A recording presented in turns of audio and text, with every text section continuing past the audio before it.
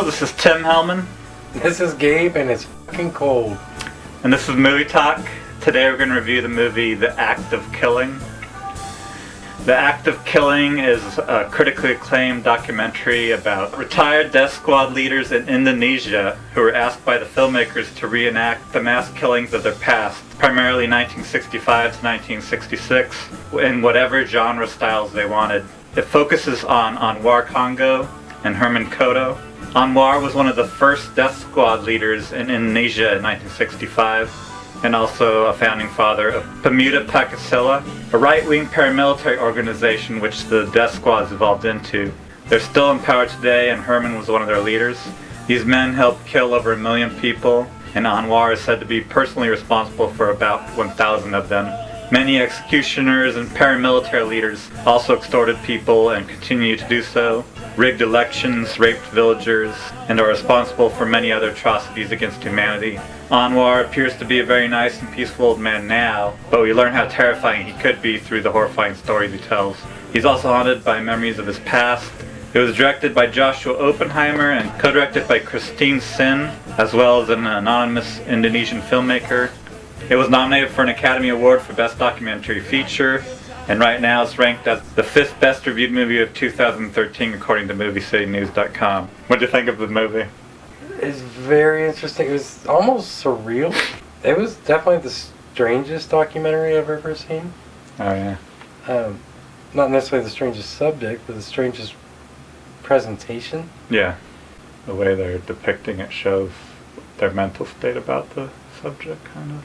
I would agree. Yeah. And there is that scene where they talk about, should we expose this? Should we show all this? Should we show this as truth? And the one guy says, because then they're going to think you were the ones that were lying all the time, and you were the cruel ones, and not the people you were calling communists. But then the other one says, but that's the truth. I know. We were the cruel ones. That's why I kept we were thinking the sadists. These filmmakers are going to get in a lot of trouble with the Indonesian I don't know government. where Joshua or Oppenheimer is from, but I worry about the anonymous person you were talking about. The other ones will be safe. I'm sure they can just not go to Indonesia ever again. Oh yeah. With fascism, which is what this is, Mm-hmm. people always wonder why people go along with it, and it's purely out of fear. And so you have Nazi Germany or whatever, and in this case Indonesia. These people know that millions of people were slaughtered just for their political views, and that the people who slaughtered those people are in power. But what can they do? They don't have the power, they don't have the violence. As far as I got from the film, there's the propaganda message that the communists were these evil, horrible people. But within the film, these war criminals admit explicitly that the communists were not cruel or evil or anything. And so I don't know if the people of Indonesia actually believe that communism is that horrible, or if they're just in line because they don't want to be associated. What do you think of the comparisons to George Bush that the one ex-death squad leader makes? In contrast to, I guess, the main character of the movie, who would be Anwar, He wasn't remorseful at all. Adi was not remorseful at all. He had some strange justifications. But yeah, he does make a comparison of that to Guantanamo. He's like, well, the United States justifies that in a case of war. And for Adi, in 1965, the genocide was war. It wasn't just random violence, it was an actual war. And so somehow that justifies their actions. I don't necessarily feel sorry for Anwar, because he is a criminal and an awful human being. But he does have regret and remorse.